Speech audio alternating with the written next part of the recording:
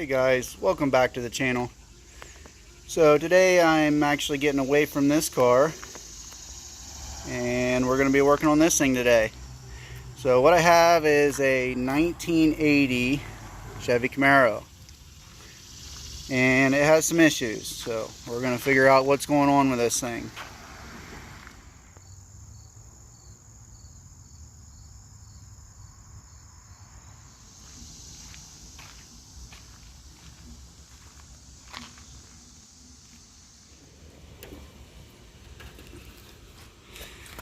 Alright, so this thing was supposedly built by a local engine builder. Two of them actually. It went to one, had an issue, and then went to another. Supposedly was ran on the dyno.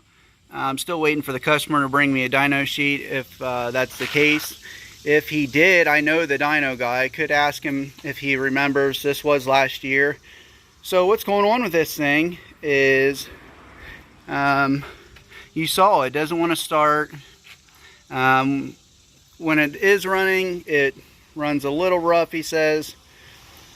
So we're going to find out. We're going to put a timing light on this thing. We're going to check for a spark first. I know we're getting some fuel.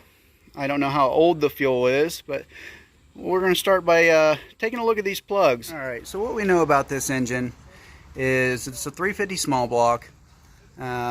Pretty vague on what the customer told me. I'm hoping he can get me some more information on everything, but it looks like it has some decent parts. Edelbrock Performer RPM heads, has some Headman headers, MSD wires, Performer RPM, Edelbrock air gap, so decent parts for a little street build. It does have a Holley 600 on here.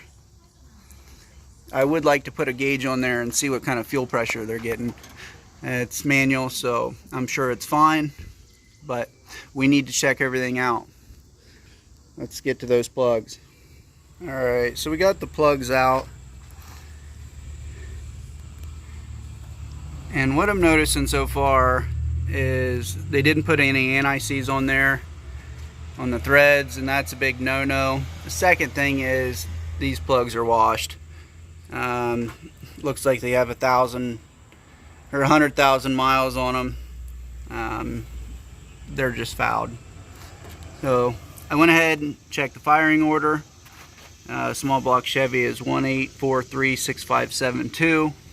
That's correct on there. I don't see any burn ends other than the one right here. So that's definitely a problem there where it had touched. And the best thing you can do on that is to run those heat shields. They are a lifesaver.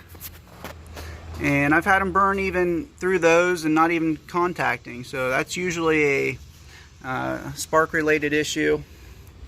So on these plugs, what we're running is an auto light. It's a racing plug, R3933.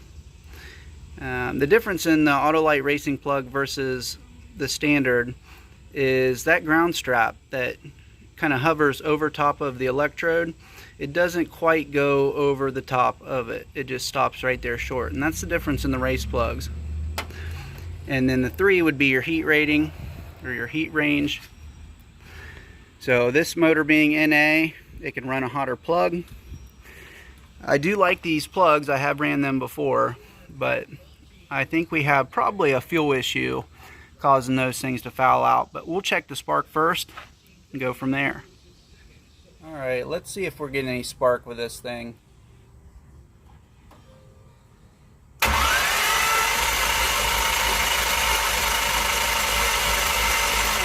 so we picked up some new plugs. I went ahead and went with the same ones we were using. The Autolite AR3933. And I have some anti-seize. Try not to get that all over me. We'll get these plugs in here. Alright, got the new plugs in. Went ahead and threw this thing on the battery charger. Battery's pretty low.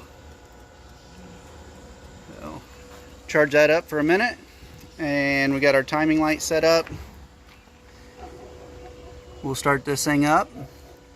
First I need to find that 0 on the balancer, and I'm going to need to mark that. I'll mark that down there, and then I'll be able to see it better. This is the cam that is supposedly in this engine. Comp cams. It's a 490 and 230, 236 at 50 thou duration. 110 lobe separation angle. Nice little street cam, nice little street motor.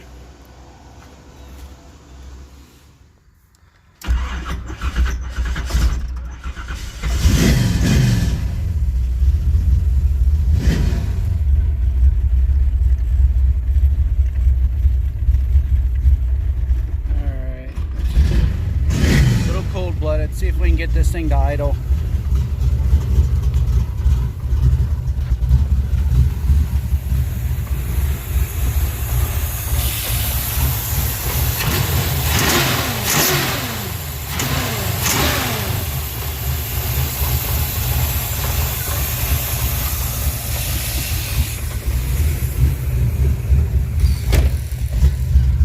Doesn't sound half bad. So there's a little cam in there.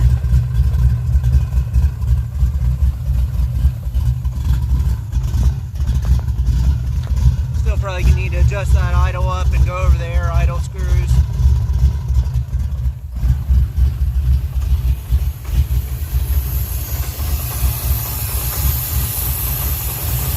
But we got it running. Now I can check the timing. So I think timing's a little fast, the way that it's starting, and also looking at the timing light, it was way off. So what we're going to do on these, so if you want to advance it or retard it, you want to go counterclockwise to advance it, bringing the spark in earlier, or you can go clockwise for retarding it, and that'll bring in the spark later. So we actually would like to retard this thing, so we're going to go clockwise with this. And I had to go quite a bit. So we're going to start there and then throw this light back on it, see if it makes a difference.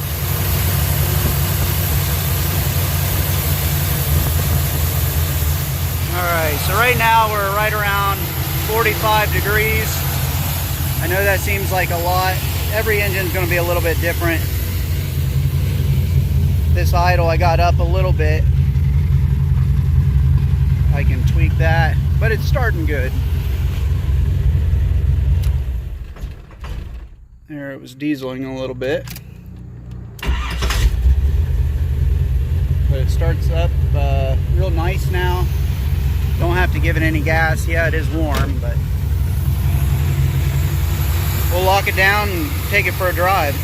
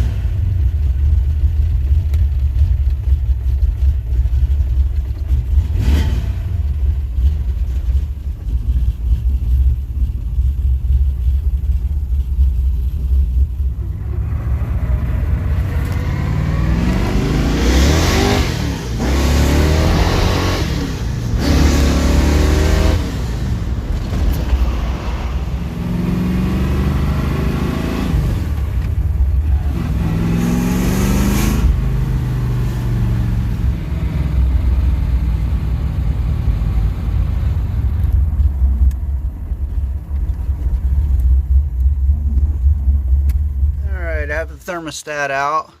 It doesn't appear that, you know, it's stuck real bad. If it was, looks pretty shitty, but nonetheless, we're putting a new one in it. We'll get this gasket off there, put a new gasket on there. This should help the overheating.